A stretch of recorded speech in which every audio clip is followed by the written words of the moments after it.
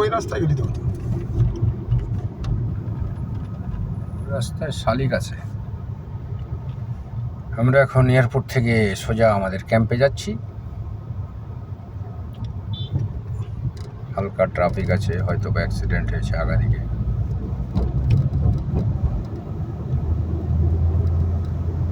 আসলে দুবাই অনেকগুলো রাস্তা আছে, কিন্তু সমস্যা হচ্ছে যে ট্রাফিকটা বেশি হয়। যারা প্রফেশনাল ড্রাইভার তাদের জন্য সমস্যা না, যারা নন প্রফেশনাল ড্রাইভার, নিজের গাড়ি বা স্টাফ ভালো কোনো অফিসার লেভেলের লোক যায়, অ্যাক্সিডেন্টটা মূলত তারাই করে। মোবাইল দেখে, তারপরে দেখা যায় অন্য ধ্যানে মগ্ন থাকে, এই জন্য অ্যাক্সিডেন্টটা হয়। বুঝছে?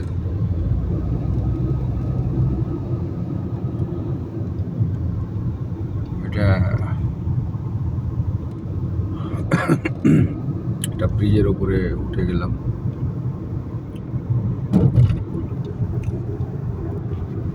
এই যে এটা এয়ারপোর্ট রোড।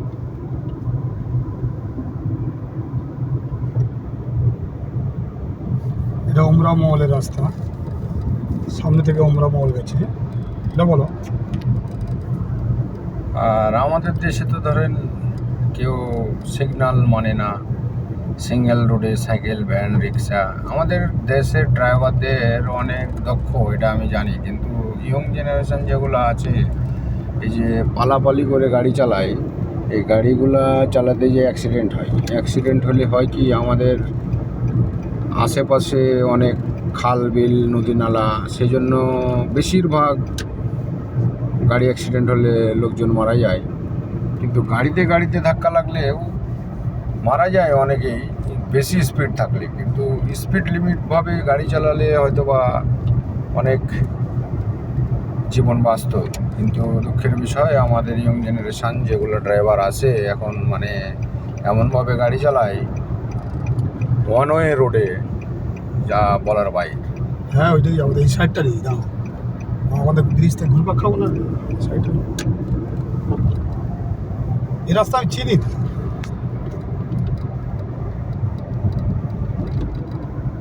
এখান থেকে গেলেও হতো তো। এই একটা আন্ডারগ্রাউন্ড রোড। এখন আমরা এই রোড শেখ জায়েদ, মোহাম্মদ বিন জায়েদে যাচ্ছি। এমিরেটস শেখ মোহাম্মদ বিন জায়েদ রোডে যাব।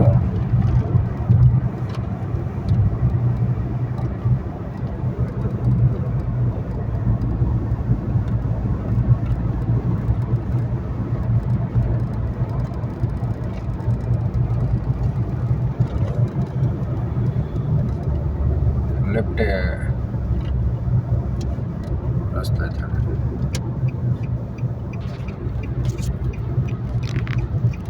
এই যে দেখেন ক্যামেরা, যে কেউ স্পিড লিমিটেড না মানলেই ক্যামেরাতে আপনার গাড়ির নাম্বার প্লেটটা ছবি তুলবে। ছবি তোলার পরে দেখা যাচ্ছে যে আপনার 400 টাকা 600 টাকা ফাইন চলে আসবে। তো কেউ চাইবে না যে আমি রোড স্পিড ছাড়া ওভার স্পিডে আমি গাড়ি চালাই, কেননা তার 600 গ্রাম যদি আসে, তো বাংলাদেশের প্রায় ধরেন 15,000, 18,000, 18,000-এ আপনাদের এসে এই টাকাটা কে দিবে? এই টাকাটা দিবে কোম্পানি, প্রথমে পে করবে, তারপর আপনার স্যালারি থেকে কাটবে। তাইলে কোনো ড্রাইভার চাইবে না যে আমি গাড়িটা ওভার স্পিডে চালাই, কেননা আপনাকে কোম্পানি বলে নাই যে ওভার স্পিডে চালাতে। উনি বলেছেন আপনি সেফলি রোড স্পিড ফলো করে আপনি যাবেন। কিন্তু আমাদের দেশে তো তা না। সরকার তো ধরেন টাকা ইনকাম করার পথ জেনেও সে উদ্যোগ নেয় না, যে কোনো সরকার।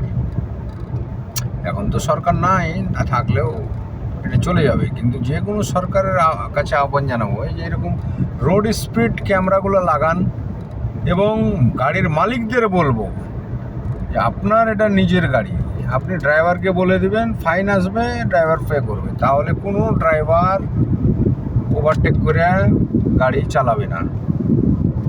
লেফট এতদিন থেকে রাস্তা আসছে। হ্যাঁ, তাই না? কেউ ওভার স্পিড গাড়ি চালাবে না। কেন চালাবে না? জানে যে ওভার স্পিডে একটা ক্যামেরা খেলে আমার বেতন থেকে টাকাটা কাটিং হবে, তাহলে আমি কেন চালাবো, তাই না? তো মালিকের উচিত একটা ড্রাইভার তো নিঃসন্দেহে ভালো, কিন্তু যাত্রীরাও আমাদের খারাপ আছে। অনেকে অনেক কথা বলে, হ্যাঁ জোরে চালান, এই 10টার গাড়ি আপনার 9টার গাড়ি 10টার গাড়ি আপনার পিছনে আগে চলে যাচ্ছে, এই চলে যাচ্ছে, সেই চলে যাচ্ছে। হ্যাঁ, আমাদের যাত্রীগুলোও ভালো না, যাত্রীগুলোও জনগণেরও দোষ আছে। দোষ যে কাউরি কম বেশি তা না, জনগণেরও দোষ আছে। কিন্তু সবচেয়ে বড় সমস্যা হচ্ছে আইন। এই আইনটা এবং আমাদের রাস্তাগুলো 4 লাইনে ডিভাইডেড করতে হবে হাইওয়েগুলো। আর দ্বিতীয় কথা, স্পিড লিমিটেড ক্যামেরা রাখতে হবে, পর্যাপ্ত পরিমাণের পার্কিং থেকেও টাকা ইনকাম করা যায়। এদেশের পার্কিংয়ে আপনি রাখতে পারেন, মেশিন আছে, মেশিনে গিয়ে আমরা টাকা পে করলে 1 ঘন্টা, এদেশে 4 টাকা। তাহলে ওই হিসাবে আমাদের দেশে 1 ঘন্টা হয়তো 20 টাকা। তো ও 1 ঘন্টা পরেই ওভার হয়ে গেলেই ফাইন আসবে পার্কিংয়ের। তাহলে কেউ চাইবে না গাড়িটা ওই 1 ঘন্টার বেশি রাখতে। সে যদি রাখে আবার পে করবে, সমস্যা নেই, তাই না? কিন্তু সকালে রেখে বিকালে নিয়ে যাবে গাড়ি, এরকম কেউ করবে না। তো সবারই একটা তাগিদ থাকবে। তো আসলে এই জিনিসগুলো সরকারের উদ্যোগ নেওয়া উচিত। ওই জন্য মাঝে মাঝে বলি যে ভাই আমরা 50 বছর পিছিয়ে আছি, আর পিছিয়েই থাকবো। জনগণও যেরকম, সরকারও সেরকম, বুঝেন নাই? সরকার সবই বুঝে না এমন কোনো কথা না, কিন্তু সরকার আসছে, ও জানে যে জনগণকে যা শিখাবো তাই শিখবে, এবং হাতে পা দেখতে পাই না, পকেট ভারী করে ওদের পকেট ভরবে চুরি করে, তাই না? আমি মনে করি নেতারা বহুত বুদ্ধিমান লোক, নিচ্ছি দাঁড়া। কেননা তারা জানে বাংলাদেশের জনগণকে কি দিলে বুঝে আর কি দিলে সমর্থন দেয়। কথা বুঝছেন? অনেকে আছে, অনেক যখন কোনো মানুষ জ্ঞান দেয় তখন মনে করে যে তুমি কত বড় পালোয়ান, তোমার কাছে জ্ঞান নিতে হবে। মানে আমাদের এই অভ্যাসটা বাঙালির খুব সমস্যা, এই অভ্যাসটা। মানে জ্ঞান কেউ দিলে বেটা তুইও তো খারাপ, এটাই এভাবেই বলে। কিন্তু তার কথাগুলো দেখেন, সে কি করলো, সে খারাপ না ভালো, সে আপনার চাইতে ভালো। হয়তো বা তার পার্সোনাল ক্যারেক্টার খারাপ থাকতে পারে, কিন্তু সে দেশের জন্য ভালো চাই। আপনার চাইতে, আপনি চুরি করেন কিন্তু অন্য লোক ভালো চাই, সেই জন্যই কথাগুলো বলে, তাই না জিনিসটা? তো আমার কথা হলো যে সরকারের প্রতি আহ্বান, আমরা অত কন্টেন্ট ক্রিয়েটার না বড় ধরনের, মাঝে মাঝে ভিডিও বানাই, ছাড়ি, ভালো লাগে, মনের দুঃখ ভাব প্রকাশ করি, বাস এই। যদি নজরে আসে সরকার উদ্যোগ নেবে, ঠিক আছে না? সরকার তো বিদেশ যায়, দেখে না ওরা বিদেশে কি রাস্তা, ক্যামেরা, এই সেই সব কিছু ওরা দেখে, সব কিছু জানে, ঠিক আছে না?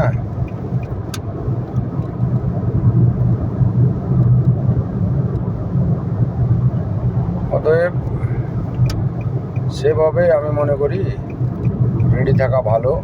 সরকারের ইনকাম হবে, প্রচুর ইনকাম হবে রাস্তা থেকে, রোড থেকে। ট্রাফিক পুলিশ এক জায়গাতে দাঁড়িয়ে থাকে, ট্রাফিক পুলিশ কেন দাঁড়িয়ে থাকবে এক জায়গাতে? ট্রাফিক পুলিশের কাজ হলো সে রাস্তায় টহল দেবে, গাড়ি নিয়ে টহল দিবে, 5 কিলো 10 কিলো এরিয়া নিয়ে টহল দেবে। সেই ক্ষেত্রে এখানে সন্ত্রাস হবে না, চাঁদাবাজি হবে না, জানে যে পুলিশের প্রশাসনের গাড়ি আসছে। কিন্তু আমাদের প্রশাসনেরও সমস্যা, ডিউটি করতে যায়, যে কোনো রাস্তার মোড়ে দাঁড়িয়ে গেল, বাস কি চলছে, ট্রাফিক ডে।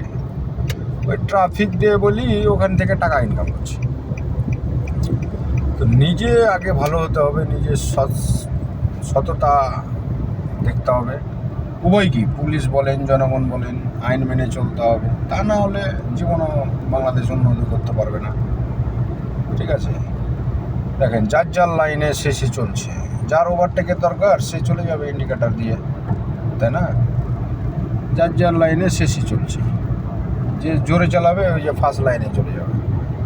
এই এক একটা লাইনেরও স্পিড আছে, যারা জোর স্পিডে চালাবে তারা ওই যে ওই ফার্স্টে দেখেন ওই লাইনে চলে যাবে। ওই যে দেখেন ক্যামেরা, ওই যে খাম্বার মতো, এই যে এটা ক্যামেরা, খাম্বার ওটা ক্যামেরা।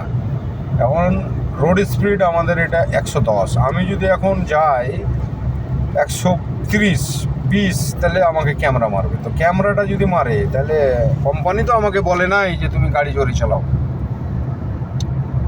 তখন করবে কি কোম্পানি? আমার বেতন থেকে দেখা যাচ্ছে 600 টাকা ফাইন আসলে আমার 300 করে 2 মাসে বেতনটা কেটে নেবে, কিন্তু ছাড় দিবে না। আপনি অ্যাক্সিডেন্ট করবেন, আপনার যদি দোষ না থাকে তাহলে আপনার 1 টাকাও লাগবে না, ইন্স্যুরেন্স পে করবে। আর যদি আপনার দোষ থাকে তাহলে পুলিশ ফাইন আপনার এই দেশে 550 টাকা, প্লাস কোম্পানি আপনার কাছে হয়তো চার্জ করতে পারে। কোনো কোম্পানি ভালো হলে চার্জ করে না, ওটা ইন্স্যুরেন্স থেকে পে করে। এই যে এটা শেখ মোহাম্মদ বিন জায়েদ রোড, আর এটা হচ্ছে আমাদের আবির মার্কেট, সবজি মার্কেট, যেখানে দুবাইয়ের সব ধরনের সবজি এই জায়গাটাতেই আছে। ঠিক আছে, এখানে আমাদের বাঙালি ভাইরা অনেক আছে, দোকান আছে অনেক আছে। এখানে পুরো সবজি মার্কেটের এটা। এই যে টেলারে সব এই গাড়িগুলোতে সবজি আছে, ফ্রুট আছে, হ্যাঁ, এগুলো এখন নিয়ে এই যে এখান দিয়ে ঢুকবে। এই যে জায়গাটা, এই যে রাস্তাটা দিয়ে রাইডে যাবে সব। এগুলা আপনার বিভিন্ন কান্ট্রি থেকে এসেছে, এখন নিয়ে যে ওরা দোকানে শোরুমে উঠাবে।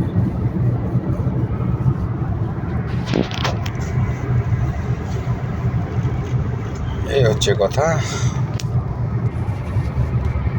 তো দুবাই আসলে আগে অনেক আরাম লাগতো গাড়ি চালিয়ে, এখন অনেক ট্রাফিক থাকে, অনেক গাড়ি হয়ে গেছে আগের চাইতে, অনেক গাড়ি। রোডও যেরকম বানিয়েছে দেশের সরকার, সেরকম গাড়িও ভরে দিয়েছে, গাড়িও অনেক বেড়েছে। তো এখানকার ট্রাফিকের একটা সিস্টেম আছে, সকালে ওই রোডে ট্রাফিক হয় আর বাকি টাইম খালি থাকে, আবার বিকেলবেলায় তখন এই রোডে ট্রাফিক হবে। এই অবস্থা, মানে সকালে ডিউটিতে যাওয়ার সময় ওই রোড, আসার সময় ডিউটি শেষ হলে 5টার পরে এই রোড। তো এভাবে চলছে জীবন দুবাইয়ের এখন। আর আমরা তো বাঙালি, কোনো জায়গাতে দাম পাই না, বুঝতে পারছেন। আর কি আর করার। তো সব ভালো থাকেন, আজকের মতো বিদায় নিলাম, এখানে ভিডিওটা কেটে দিলাম। আবার কোনো ভিডিওতে দেখা হবে, তো ভালো থাকেন। খোদা হাফেজ।